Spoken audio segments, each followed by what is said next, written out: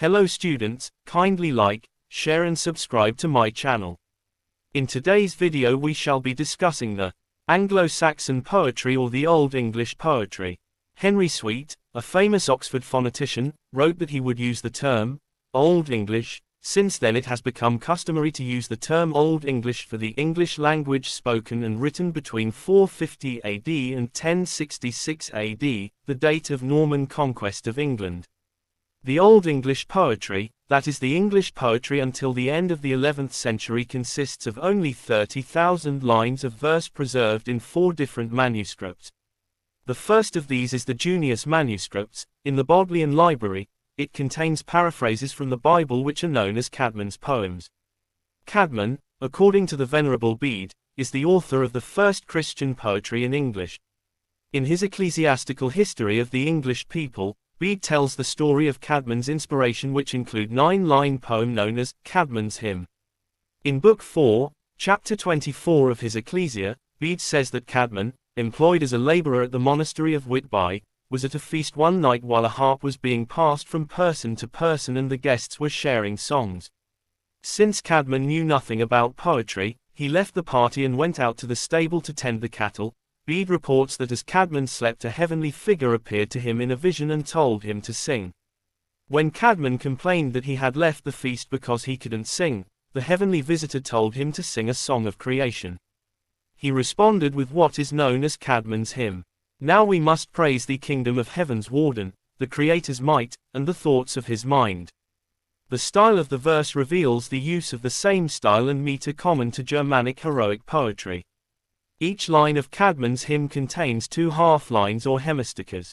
Each half-line contains 2 stressed syllables. The hemistichas are linked by alliteration. The second is the Exeter manuscript. It consists of a strange mixture of religious, semi-pagan lyrical and elegiac poems, riddles and sententious verses. It is an anthology of Anglo-Saxon poetry. The book was donated to the Library of Exeter Cathedral by Leofric, the first bishop of Exeter, in 1072. It is believed originally to have contained 131 leaves, of which the first 8 have been replaced with other leaves. The original first 8 pages are lost. The Exeter book is the largest known collection of Old English literature still in existence. In 2016, UNESCO recognized the book as one of the world's principal cultural artifacts. The third manuscript is housed in the British Museum. It contains the Old English epic, Beowulf and Judith, a biblical fragment. Beowulf is an epic poem, recreating the heroic age of Germanic culture. The poem survives in a single manuscript in the British Library, Cotton Vitellius. Beowulf. This poem is the great masterpiece of Anglo-Saxon literature. Beowulf, after whom the poem is named, is the nephew of King Hygelac. Beowulf consists of Nero's encounters with the monsters of the human world. Beowulf, along with his followers, comes to King Hrothgar's court at Heorot, when he learns that the monster Grendel has been stalking at night and killing the king's warriors. Beowulf and his companions chase the monster in the sea and kill him. But this leads to Beowulf's fight with the slain Grendel's mother, who launches a revengeful attack on Heorot. Beowulf and his men chase this toward the end. Despite his old age, he manages to chase and kill the dragon, but he himself is mortally wounded and dies. The poem ends with his funeral, which is comparable with the funeral the Trojans held for Hector. It is a heroic poem celebrating the exploits of a great warrior, and it reflects the ideals of the heroic age. It successfully builds a contrast between the human world and the world of the monsters. The human world is characterized by certain order, spirit of camaraderie and virtues of courage and loyalty. Whereas the world of the monsters is cold, disordered and desolate. Finally, there is Vercelli manuscript, which is an anthology of Old English prose and verse that dates back to the late 10th century. The manuscript is housed in the Capitulary Library of Vercelli in Italy.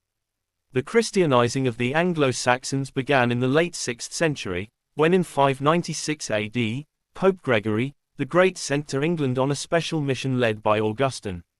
The result was that by the end of 7th century all the Anglo-Saxon kingdoms in England had accepted the discipline of the Church of Rome. Roman Christianity brought the Anglo-Saxons in contact with Christian scriptures which were in Latin. The Bible in particular was available in Jerome's Latin translation known as the Vulgate with the Christianizing of the Anglo-Saxons in the 7th century, Old English poetry began to run briefly in two streams, the heroic poetry, the religious poetry. The most important example of biblical or religious poetry is found in the works of Cædmon, and the other renowned Old English poet is Cynewulf. To him is attributed to 4 religious poems, Christ, Juliana, Ellen and Fate of Apostles. In Cynewulf's hand, religious poetry is thus not confined to the biblical paraphrase, it moves instead towards the devotional, the didactic and mystical.